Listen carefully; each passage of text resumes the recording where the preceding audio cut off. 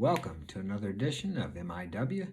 Got the D-Man here, and today we're going to read out of a book that is a little different from the last one we've been doing, and I will comment on it. And it's a metaphysical teaching by a man called Neville Goddard. I think this one is Imagination, the Redemptive Power in Man. Now, Neville teaches from the Bible, but he's not a religious man. He believes the Bible is just stories of the psychology of every man. He doesn't even believe that those people actually lived. Now, whether you believe that or not, he's got a really good angle or belief system of how you can use the teachings to better your life, to create the life you want, and to create the consciousness you need to manifest in outer reality what you want in your life. Because everything begins and ends in consciousness. Have you ever heard the saying, if you get $1 million, you better become a millionaire? Because if you don't become a millionaire in consciousness, you won't have that $1 million for long. There are many stories of people who have won millions of dollars in the lottery, and in a couple years or 3 or 4 years, they're worse off financially than they were before they got the money. They also say that if you took all the money in the world and distributed it evenly amongst the people, in 5 years it would be back in the hands of the people that had it originally. This is because of consciousness. Whatever you gain in your outer world, before first gaining it in consciousness, it won't last. You won't have it for long. It will be temporary. You have to change consciousness first. You have to become successful, wealthy, a man that women want. All of that has to be done within you first before it will ever appear in outer reality. So let's go. Introduction. For those who are familiar with Neville Goddard, this book needs very little introduction. It is simply a book devoted to his core teaching, imagination. Neville believes that imagination is God. Now, to my Christian friends, they're going to think, well, that's not God. Okay, whether it is or isn't, you could say it's a gift from God if you want to believe that way. But if for you people who believe in God, if God is all in all, then God is in you and God is in me. God is imagination because he's inside of me. Everything that's ever been created has first been imagined. Every man that is good or the best at whatever he does has seen himself doing it in imagination first. Everything created by man that you can look at right now, look at something in your room. That was first created in the mind of man before it was ever made what we call an outer reality. Okay. Neville's works into one volume on the imagination is and how to use it. If there is one secret above all other secrets on how to achieve anything we desire in life, it lies in one word: imagination. Within these pages, I believe that you will find what you have been searching for. And I always say this, what you are searching for, you already have. What you are searching for is within you. You just have to, it's like a seed. You have to cultivate it and grow it. Anytime anybody's ever accomplished anything or achieved anything, first he believed he could do it. So let's call that the seed of belief or faith or whatever word you choose to use. You had to start with a small idea, a small seed. And you watered it by maybe doing affirmations, by visualizing yourself achieving it, by visualizing the steps to achieve it. Usually I find it better to visualize the end and the feeling that I have in the end, and the way or the path or the how will just come to pass in miraculous ways sometimes. I'm not talking about, I know some of the guys that I listen to say, they call this the woo-woo stuff. I'm not talking about this in a miraculous, I use the word miraculous, but what I mean is in a way that we don't understand. Okay, 100 years ago, if I walked up to a group of people with a cell phone, that would be considered a miracle. They might even burn me. Think I was a devil, okay? But today we understand it. It's just something we understand now. We don't understand on the double slit experiment where they shoot the electrons through there. The pattern they make on the other side, if you know the experiment, is changed by the observer. So what that says is your thought changes or creates or influences reality. Now, we don't exactly know how that works, but we know that it's scientifically proven that it does. That the thoughts or the expectations of the person performing the experiment actually changes the results. That's why they have double-blind experiments, because they don't want the influence of the observer or the expectations of the person performing the experiment. These are done with your mind. We don't understand how that works, and a lot of times we don't understand how something works, so we call it miraculous, or we attribute it to spiritual or God or whatever. But 100 years from now, or 200 or whatever, if we're still around here, if we don't destroy ourselves, we will understand how that works, and it will just be as normal as a cell phone is today. When Marconi told his two friends that he thought he could transfer sound without using wires, they put him in a nut house or an insane asylum for observation for 2 days because they thought he was crazy. Nobody had ever done that. You had to transmit it on wires. But yet today, the cell phone is just a modern example of what he dreamed of, what he thought of. He had that thought before it became a reality. So whatever you want to be, if you want to be the man, the G, the ladies' man, whatever, the successful athlete, first you have to visualize it. Now, some people say, well, if I wanted to be an NBA ball player, I'm only 5 foot tall and I'm 50 years old, you're saying I could do that? I'm saying you could do it if that was a desire you had in your heart, but you don't really have that desire. You know, we use those extreme examples because we want to have contempt before investigation, which Robert Thorough says keeps us in everlasting ignorance. Okay, so, but the desires you have within you, the real true desires, not superficial things like, oh, I want $1 million, or I want that car. I mean the desires that maybe you're even afraid to tell somebody because you think that they'll think you're crazy. And once again, like I said in my other video 2, 3 videos back, don't worry about what other people think. Do what you want to do. Okay, I'm not telling you to break the laws, but just live your dreams. Don't go to work and be a lawyer or a doctor or a carpenter or a plumber or a computer programmer because you think that's what your family, your father, your mother, your wife, your friends want you to do. Every one of us has a desire within themselves. And if you were not capable of doing that, that desire would not be within you. Believe in that. Believe in yourself. Okay? All right, quotes. Number 1, you do not will something to be so, but imagine it and become inwardly convinced that it is so, now. Not in the future, but now. And if, through your persistence, and it takes persistence, I tell people to use affirmations. I tell them to look themselves in the mirror and say they're a 10, you're the greatest, you're beautiful.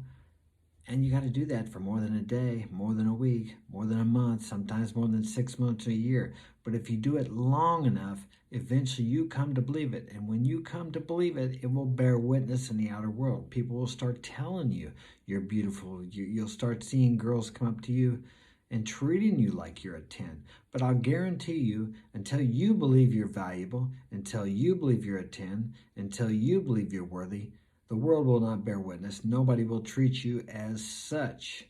You attract what you are, not so much what you want. Until what you want equals what you are, you will never bring it into your life.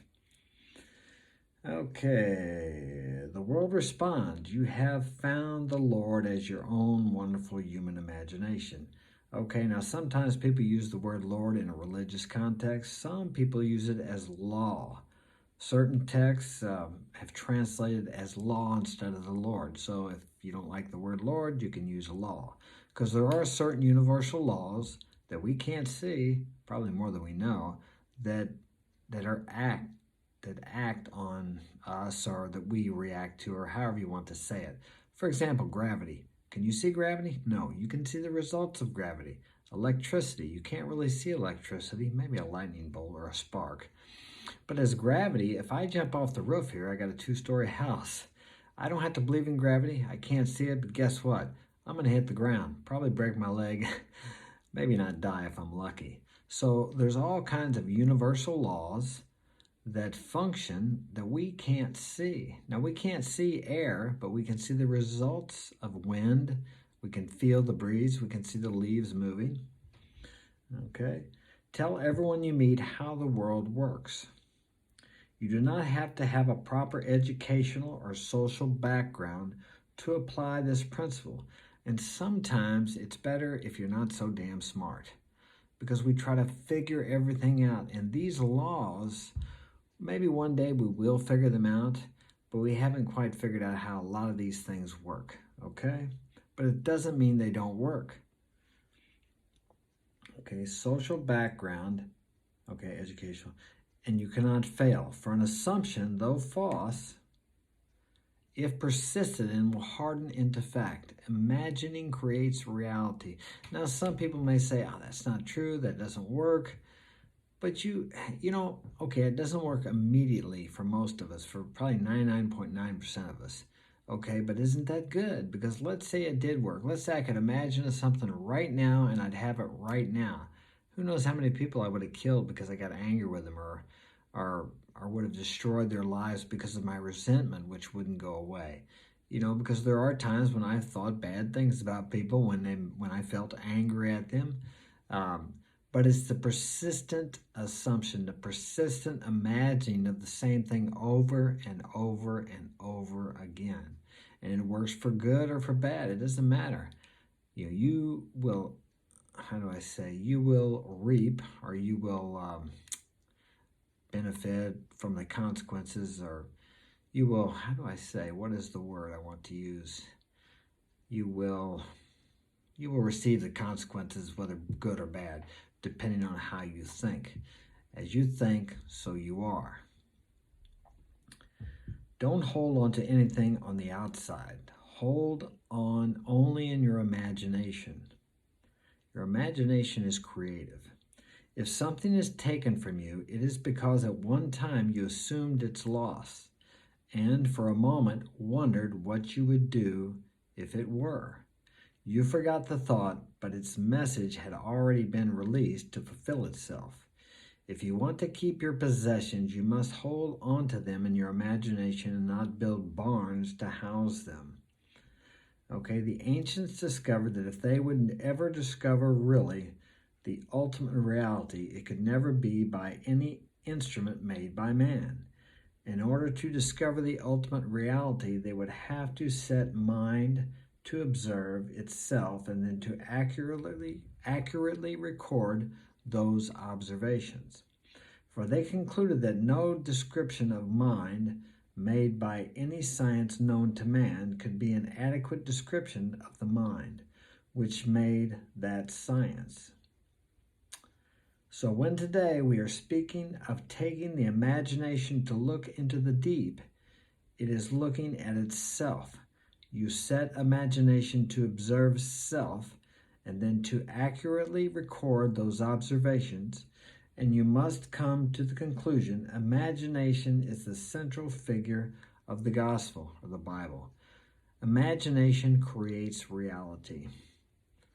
If you can look back on your life objectively, but the one important thing is take the word blame out of your vocabulary, okay?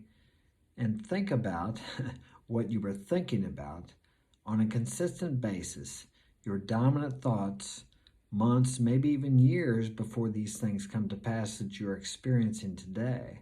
And you can see how it was created by your thoughts. Now, that doesn't necessarily mean that if you think about having a car crash, you're going to have a car crash.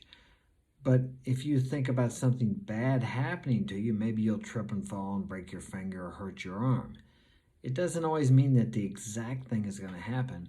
I know, as I used to be a professional boxer, I would imagine getting in the ring, hearing the crowd, seeing the ring girls, which I liked, and the fighting every round, what I would do, and it would happen not exactly like I wanted to, but I won. You know, it just. But you got to do it. You know, I would feel the punches hitting me. I would feel myself slipping the punches. I would feel the feeling I would have after the fight was over, raising my arms up. And you can use that. All great athletes use visualization. So it's just as important as physical training, if not more so. And what happens if you visualize what you want and then let it go? Don't be thinking about it. Don't be trying to figure out how to make it happen. If you know the first step, you take that first step. And then if you don't know the second step, you just let it go. You let it go. Only focus on it when you do your visualizations. It's like putting the seed into the ground. If you keep digging it up, it's not going to grow. If it takes 500 different beings, male and female, to respond to your imaginal act, they will come and seem to you to be the influence through which your desire is made visible. And I have found that to be true too. When I least expect it, something happens, and then I think, I was thinking about that, or I wanted that. Sometimes you only need to have the intent. I'll tell you a little story that happened to me the other day, and I didn't recognize it till later. My daughter wanted to do the online school because, you know, they have the COVID, and she just didn't want to go to school. I didn't think that would work well for her, but I thought, she's 13. I thought, okay, I'll let you try it. Anyway, so she tried it for a week. She doesn't understand it. She wants to go back to school. So I called the principal. She said, no, she decided to take the online school. She can't get back in there now. I said, well, okay, fine. So anyway, I just kind of let it go. My daughter says, why don't you call up the superintendent, Miss, well, I won't say her name, but anyway, call her up and see if you can get her to let me back in. I said, look, I'm not going to call him up fighting him. She said she won't let you back in. Just do the best you can. A few days passed, and a DFS lady, somebody called the DFS on us. I'm like, what the heck? She come to see if my daughter was in school.